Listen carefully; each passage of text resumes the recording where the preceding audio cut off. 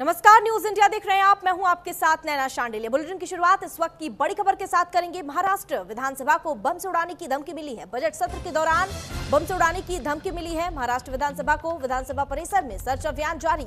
बड़ी खबर इस वक्त की ब्रेकिंग न्यूज महाराष्ट्र से इस वक्त की बड़ी खबर सामने आ रही है, जहां विधानसभा को बम से उड़ाने की धमकी मिली है और धमकी मिलने के बाद हड़कंप मच गया। जानकारी के मुताबिक यह धमकी उस समय मिली जब विधानसभा का बजट सत्र चल रहा था। धमकी मिलने के बाद तुरंत सुरक्षा एजेंसियां और पुलिस अलर्ट मोड में आ गई और पूरी विधानसभा परिसर को घेर लिया गया और बम निरोधक दस्ता और डॉग स्क्वाड की टीमों को मौके पर बुलाया गया। फिलहाल परिसर में सर्च ऑपरेशन जारी है और हर संदिग्ध जगह की गहन जांच पड़ताल की जा रही है। सुरक्षा के मद्देनजर विधानसभा परिसर की निगरानी भी बढ़ा दी गई है। शुरुआती जानकारी के मुताबिक धमकी किस माध्यम से मिली है और इसके पीछे कौन लोग हैं, इसकी जांच की जा रही है। फिलहाल पुलिस और सुरक्षा एजेंसियां पूरे मामले की पड़ताल में जुटी हुई है।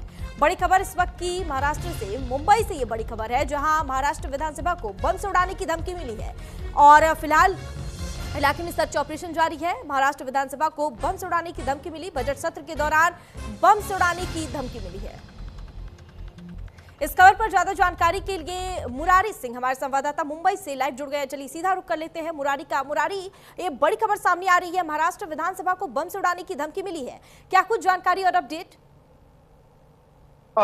बिल्कुल, और अब तक जो जानकारी आ पा रही है वो कुछ विधायकों के और महाराष्ट्र विधान भवन के कुछ आधिकारिक वेबसाइट मेल के ऊपर जो है ये धमकी भरा मेल आया हुआ था, जिसमें साफ तौर पर ये कहा गया था कि पूरे परिसर को बम से उड़ा दिया गया है। इसकी तैयारी हमने पहले से कर रखी थी। इस तरीके के जो है कि बड़े ही पेचीदा कह सकते हैं कि बहुत ही तोड़ मरोड़ के बातें रखी गई थी।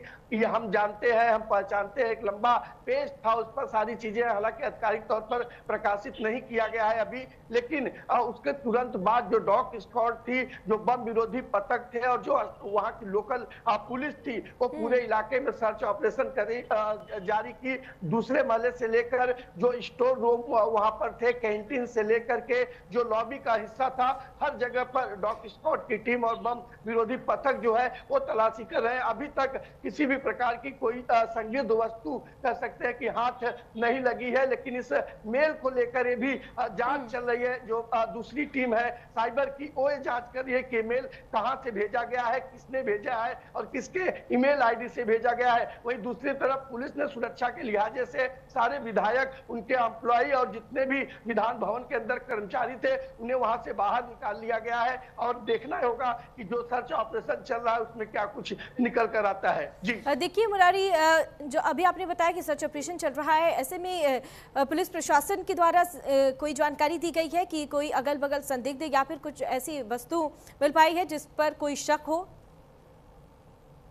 देखिए, मुंबई की अगर बात करें तो महाराष्ट्र विधान भवन जो है वो मुंबई के एकदम आखिरी फ्लोर पर है। एक तरफ ताज होटल है, सीएसटी चर्च गेट है, तो वहां पर जो कैमरे हैं वो काफी मोनेटाइज कैमरे हैं, हर चीज पर नजर रखी जाती है। तो सबसे पहले पुलिस जो है वो साइबर क्राइम ब्रांच के साथ जो है उस कैमरे के मूवमेंट को देख रही है कि क्या विधान भवन में कोई ऐसा संदिग्ध अंदर घुसा हुआ है। गेट पर लगे हुए सीसीटीवी कैमरे से भी उन तमाम लोगों की पहचान की जा रही है जो सुबह से लेके नहीं पिछले 24 घंटे के अंदर विधान परिषद में पहुंचे हुए हैं, अंदर गए हुए हैं। ऐसे लोगों की जांच चल रही है। हालांकि जो भी अंदर जाता है उसका आई कार्ड हो चाहे पहचान पत्र हो, उसे दिखाने के बाद एक पास मिलता है, उस पास के बाद ही आदमी अंदर जाता है। तो किस तरीके की जो जांच चल रही है, इसमें किस तरीके की चीजें आएगी, ये तो कह पाना जल्दबाजी है, क्योंकि सुरक्षा के लिहाजे से वो तमाम पुख्ता बंदोबस्त किए गए थे। और अब ऐसे में जिस तरीके की धमकी आई है, धमकी को बड़ी गंभीरता से जो कि पुलिस प्रशासन, महाराष्ट्र सरकार ने ली है और यही वजह है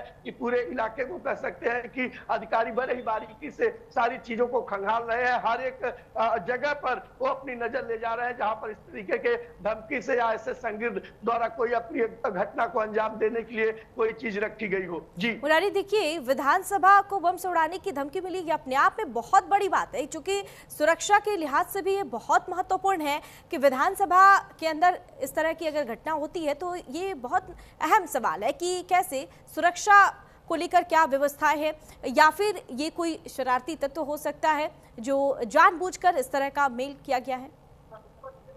देखिए, तो कह पाना जल्दबाजी होगा कि कोई शरारती तत्व था। हालांकि आरटीओ से लेकर के मुंबई पुलिस के मेल पर इस तरीके की धमकियां आई हैं और वो खोखली साबित हुई है। और कुछ लोग कुछ धमकियों में ये माना गया कि जो आरोपी पकड़े गए वो मानसिक रूप से डिस्टर्ब थे। अब ऐसे में जो जांच चल रही है वो जांच मेल की चल रही है कि मेल वास्तव में आया कहां से है। इंडिया से मेल आया है, महाराष्ट्र या अन्य राज्यों से आया, या बाहर गांव से विदेश से मेल किया गया है। ये मेल किस जगह से आया, मेन मोस्ट इंपॉर्टेंट पुलिस के लिए वो है। दूसरा जो बम विरोधी पथक है वो पूरे विधान भवन को कह सकते हैं कि एक तरफ से सर्च कर रहा है कि कहीं अगर इस तरीके की बातें कही गई है, इतना कॉन्फिडेंशियल रखा गया है कि इसे मजाक में न लीजिएगा, अभी कुछ देर में आपको परिणाम दिखेगा। तो जो इस तरीके के मेल में धमकी थी उसे बड़ी गंभीरता से लेकर सारी टीम एक तरफ जांच कर रही है और दूसरी तरफ ये मेल आया कहां, इसके पीछे का शख्स कौन है जो इस तरीके की घटना को अंजाम देने की धमकी दिया है।